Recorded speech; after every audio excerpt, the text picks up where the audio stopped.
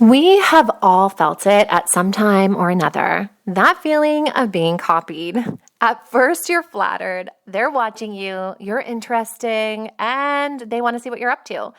You've inspired them, and so off they go, a piece of you and your essence in hand, and they're running with it, as if you had chosen to hand your baton over to them. Except that this is not the race you signed up for, and somehow now you've stopped and they've continued in your place.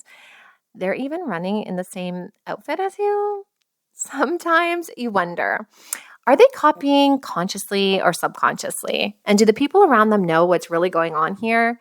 There's just something about your creativity, your vision, and your perspective, you suppose. You laugh it off and wonder, why would anyone want to be anything other than themselves? A few too many coincidences, and it's kind of getting creepy now. I mean, the people copying you haven't hired you, bought into your coaching program, or even offered you a shout out. Instead, they're eagerly taking notes and bringing a whole new meaning to the word regurgitation. It's all take and no give. The concept of win-win seems to have completely escaped them. That's fine, you think. It wasn't really yours anyways. You know your role as a channeler and conduit. You understand that everything you do is in co-creation with spirit, and you just wish they'd get that too. By copying you, they're really missing out.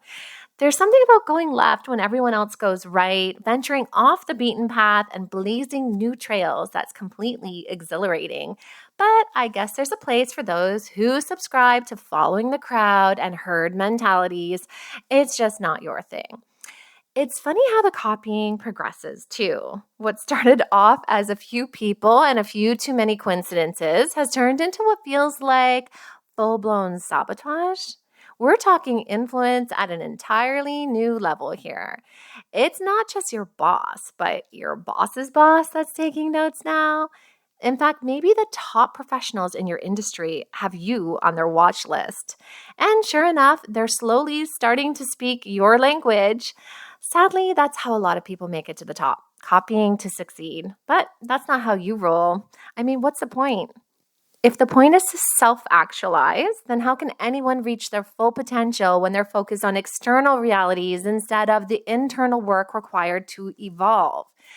But you get it, and that's all that matters. You've already made the shift. You're no longer selling yourself short being anyone other than who God has called you to be. And He's really proud of you. Self-mastery is your focus, and individuality, by design, your expertise. Besides, we were all born, each of us different for a reason. Yeah, we're special snowflakes and proud of it.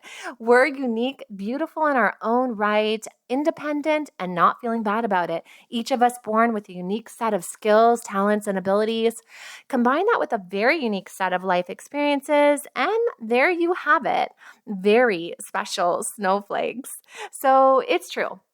Some people search for the light outside of themselves. Some will even go as far as stealing your lamp, figuring that a lamp is a lamp and it will work for them too.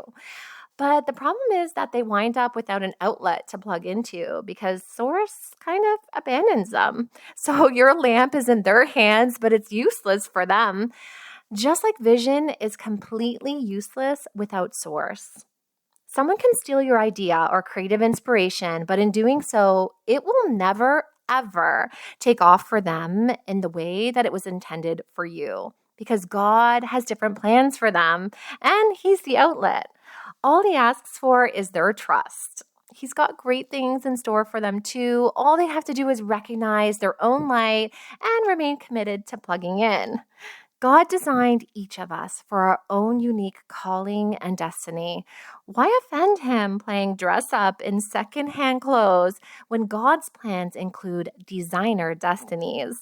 I mean, don't get me wrong, thrift can be fun, just not when it comes to high fashion couture and custom made missions. Lots of love, Lauren.